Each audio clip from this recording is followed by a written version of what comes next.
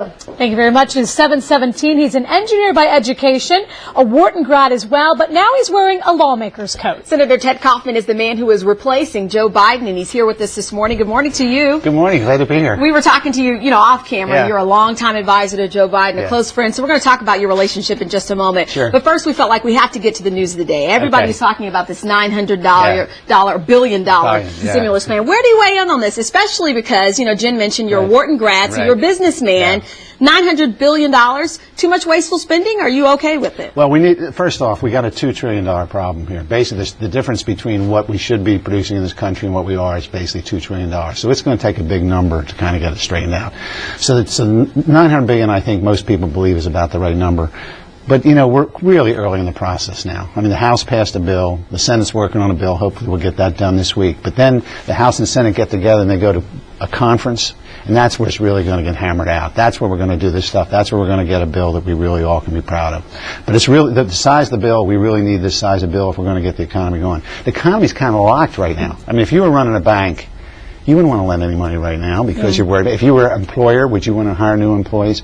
We've got to get this fall in jobs, fall in house prices. We've got to get all that thing stopped. People got to have confidence again. So we made a big number to do it. However, Senator, a lot of people say, repaving ATV trails and resodding the lawn can wait. Yeah. Why not a huge tax cut? Well, because tax cuts aren't as good as the infrastructure. This is about jobs. I mean, this is really, in my opinion. Now, there is a basic difference of opinion here. People kind of think that we're down in Washington playing some kind of bipartisan, partisan political game.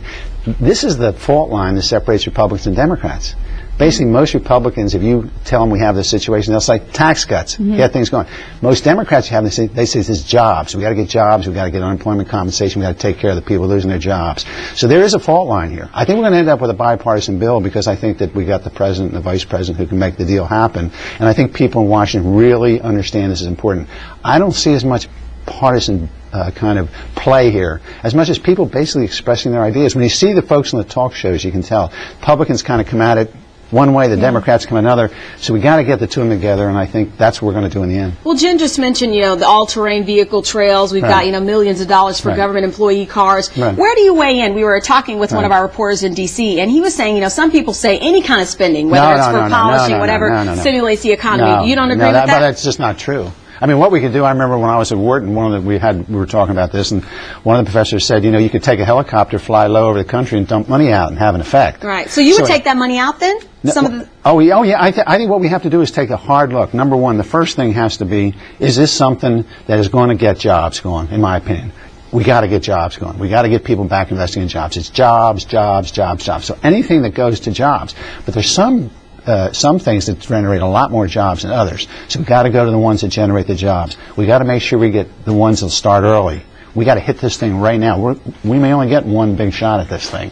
So it's jobs, it's get them early. And then the one thing, we have to have a little bit, there's a thing they call the tail. Like we got to get this done right now, bang, get things stimulus. But we got to have a tail on this thing. It's got to go out. We got to have something for a year to 18 months.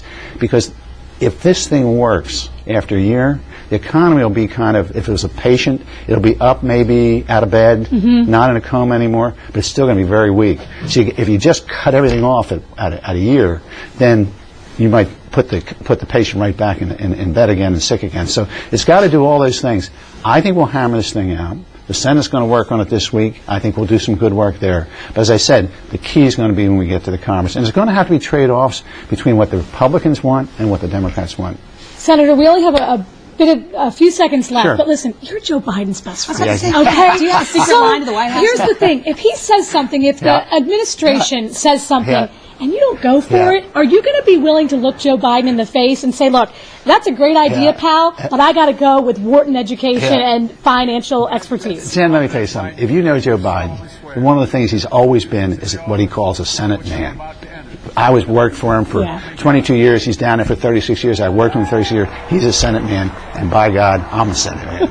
And I'll tell you what, I'm not looking forward to it, but sometime we're going to have a little, there's always a little healthy competition here. Sometimes something's going to come up. I'm going to agree with Obama and Biden on most of this stuff. Something's going to come up that, maybe we don't agree on. I'm going to try like the devil to win that one. Okay, good. All right. That's what we want to hear. And we're going to try like the devil to get you back here every once in a while. Anytime. Senator Ted Kaufman, nice to meet you. Thank you for coming in this morning. Thank you for having me. Okay. All right, time right now, 7:22. Well, did you watch the game last night? Oh, wow. You know, it was great. And those Super Bowls are usually, you know, the high points, the guacamole, and the dip. Exactly. That's exactly what it is. And for the 6th time in their history, it's the Steelers. They're the Super Bowl champs.